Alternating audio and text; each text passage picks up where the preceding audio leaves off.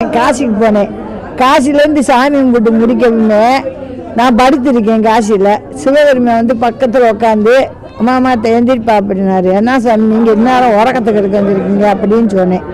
நீ நாளைக்கு ஊருக்கு போகிற கம்பத்துலேருந்து 2 பேர் இந்த ஒரு இடம் எனக்கு இருக்குது, என் தங்கச்சிக்கு அந்த இடத்த வாங்கி நீங்கள் கட்டணும்னு சொன்னார். அப்போ நான் சொன்னேன், இங்கே 3 லட்ச ரூபா செலவழிச்சிருக்கேன் 10 நாளுமா, இன்னங்கிட்டுங்க நான் சம்பாதிக்க போகிறேன், இன்னும் கோயில் கடை வாங்க போகிறேன்னு சொல்லியிருக்கேன்.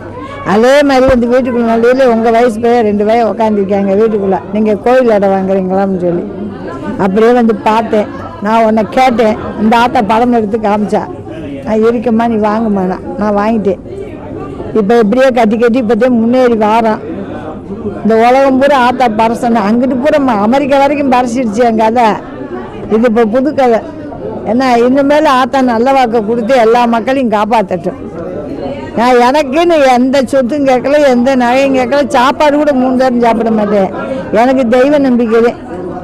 இன்னும் என்ன கேட்க சொல்றீங்க? எனக்கு 5 பிள்ளையை கொடுத்துருக்கா, எனக்கு அடுத்து என் பிள்ளைய அந்த கோயிலை நிறைவேற்ற பண்ணேன்னு அதையும் சொல்கிறேன். அதை கொடுத்து நல்லபடியாக பேரும் புகழ் வாங்கினா போதும்.